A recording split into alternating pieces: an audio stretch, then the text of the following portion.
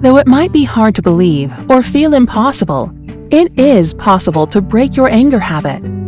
For many years, scientists believed the functions of the brain were fixed and set, but we now know that with some understanding and commitment, you can begin the journey of managing your emotions. In this episode, anger management expert Dr. Ronald Potter-Efron discusses neuroplasticity, the brain's amazing ability to change. Hi, welcome to Your Great Journey. We offer brief tips, techniques, and insights to help you move in positive directions and master big change. For more information, please visit yourgreatjourney.com.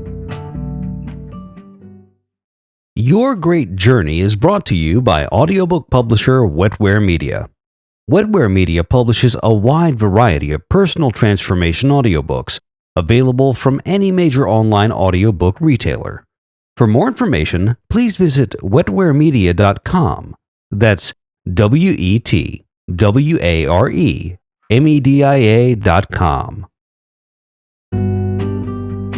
Today we are sharing an excerpt from the audiobook, Healing the Angry Brain: How Understanding the Way Your Brain Works Can Help You Control Anger and Aggression, written by Dr. Ronald Potter-Efron.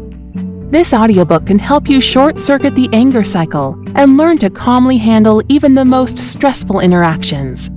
This fascinating scientific approach to anger management will yield long-term results, helping you develop greater empathy and put effective conflict resolution skills into practice for years to come. In this episode, Dr. Ronald Potter-Efron shares that it is possible to break your anger habit by taking advantage of neuroplasticity, the brain's amazing ability to change. You can change your brain. This could be the single most important chapter in this book. The neuroscience explained here will assure you that it is indeed possible to transform your angry brain into one that is calmer and less quick to react. It also provides a bridge between the previous chapters, which focused on how the brain, and specifically an angry brain, functions, and the next chapters, which focus on designing your own plan for change. Neuroplasticity. Let's begin with an overview. Two types of learning must occur in order to make a meaningful change in regard to anger. First, you must develop and maintain new, anger-reducing ways of thinking and behaving. Second, you must quit using old, anger-increasing patterns. Although it would be best for those two changes to take place simultaneously, initially, it is possibly more efficient to put a great deal of energy into developing new behaviors. The reason is simple enough. It's harder to unlearn old brain patterns than it is to learn new ones. But fortunately, as you'll soon learn, concentrating on learning new behaviors will probably result in reduced reliance on your old habits. In fact, strengthening the set of new behaviors you desire will weaken old behaviors. Brain changes take place within neurons and in the tiny spaces between them, the synapses. Two important terms used to describe these changes are neuroplasticity and long-term potentiation. Neuroplasticity refers to the brain's amazing lifelong ability to change how its neurons interact with each other. Long-term potentiation is the process by which these changes take place and are retained. I'll describe this process in some detail, but rest assured that you don't need to remember any specific steps. Instead, just try to get a feel for what's going on inside your brain every time you make a serious effort to alter your behavior. One word of advice before we jump in. Neuroplasticity doesn't come easy. If you want to transform your angry brain into one that's more peaceful, you'll need to make a strong and continuing commitment to the process. Use it or lose it. If your brain had a motto, it might be this: always strive for maximum efficiency and moderate flexibility. Maximum efficiency is necessary because the brain utilizes a tremendous amount of energy. That little 2 to 3 pound organ uses about 20% of the body's glucose. This gluttonous energy demand is the reason that humans can't simultaneously fly like a bird, run like a gazelle, smell as well as a dog, and see as acutely as an eagle. Each of these skills takes a lot of brain power. You'll need a brain the size of a suitcase to do everything exceptionally well, and you'd probably need to consume tens of thousands of calories. Instead, each species has developed the ability to do a few things well. Thinking, especially abstract thinking, is our particular human specialty. Moderate flexibility is necessary because we live in a constantly changing world. Summer morphs into winter, and we need an entirely different set of skills to survive. Friends become foes, and enemies become allies. Your car hits a patch of ice, and you need to shift quickly into survival mode. Cell phones replace landlines. A job ends, and a new career begins. A baby is on the way. Your brain needs to anticipate, prepare, and adapt to all these changes, and that calls for flexibility. However, flexibility is a mixed blessing. We also need stability. Too much flexibility feels chaotic, while too little produces rigidity. If you were lost in a forest, you would need to use your flexibility to find a way out. But then you would need stability to keep walking that path. Neuroscientists have studied how the brain provides both efficiency and flexibility. The phrase they use that best summarizes the dynamic is use it or lose it. Here's an example of what this phrase is getting at.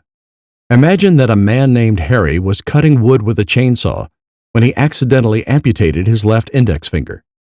As it turns out, Harry is a neuroscientist with access to modern imaging machines, and just by coincidence, he recently completed imaging a map of his brain in action that showed the location of each finger's brain map. A brain map is the area in the brain that activates when a particular part of the body is moved or a task is performed. That map revealed that the brain region controlling the index finger is located next to the brain regions for the other fingers. After his accident, Harry decided to make a new image of his brain finger maps every few weeks. He soon discovered that the neurons that formerly lit up when he used his index finger were being taken over by his other fingers. In essence, his brain decided that since his index finger was gone, it would put those resources to a new use rather than let them be wasted. That example of use it or lose it is pretty literal, but the same principle applies to many situations in which people are either actively developing or seriously neglecting a skill. If a person is learning to play the piano and keeps at it in a dedicated way, the brain map for the areas linking music and hand-eye coordination will grow. But where will the neurons making up that map come from? Perhaps from an area involved in a related skill, such as gymnastics, that the person no longer practices. Likewise, if a person decides to become more caring and compassionate and actively cultivates those qualities, the neurons needed to improve in those areas will come from a related but relatively underused brain network. Use it or lose it is an incredible concept in regard to the brain. For generations, scientists believed that the brain never changed and that each area of the brain served one and only one purpose. They thought that neurons couldn't be repurposed. They also believed that once a function was lost, it was gone forever. Even 25 years ago, when I was a social worker at a hospital's brain trauma rehabilitation center, this kind of thinking permeated the atmosphere. But modern brain imaging techniques and experiments have shown that the brain is anything but static and fixed. Instead, the neurons within the brain are constantly forming and reforming neural networks that may consist of hundreds of thousands of cells.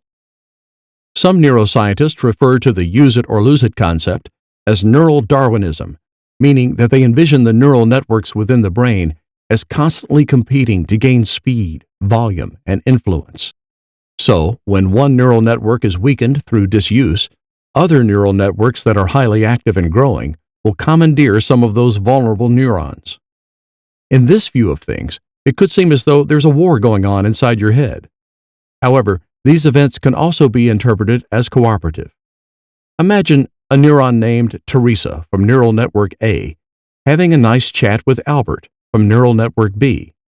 Albert, I see you're not being used much right now. You look like you're kind of wasting away over there. We have an opening for you in our network. You'll be busier and you'll get faster, stronger, and more effective by coming to work for us. How about it? Teresa is recruiting Albert. By the way, the neurons most likely to be recruited are those at the edges of a neural network. Relatively speaking, they are less crucial to the old network. Also, as mentioned in Chapter 1, Any single neuron may be involved in several neural networks at one time. Use it or lose it is an essential concept for learning to manage anger and aggression. You must practice your developing skills over an extended period of time in order to build a strong neural network. If you quit practicing your new skills on a daily basis, your neural network will quickly weaken and perhaps wither away altogether. Thanks for listening to this excerpt from the audiobook, Healing the Angry Brain. How understanding the way your brain works can help you control anger and aggression. You can purchase the complete audiobook from any major online audiobook retailer. If you'd like more information, please visit yourgreatjourney.com. Please be sure to subscribe to the show so you don't miss an episode. And if you like the show, please rate and review it.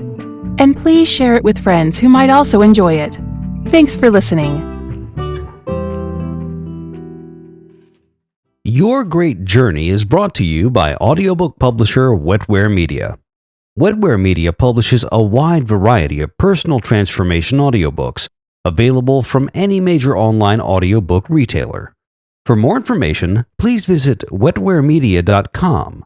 That's WETWAREMEDIA.com.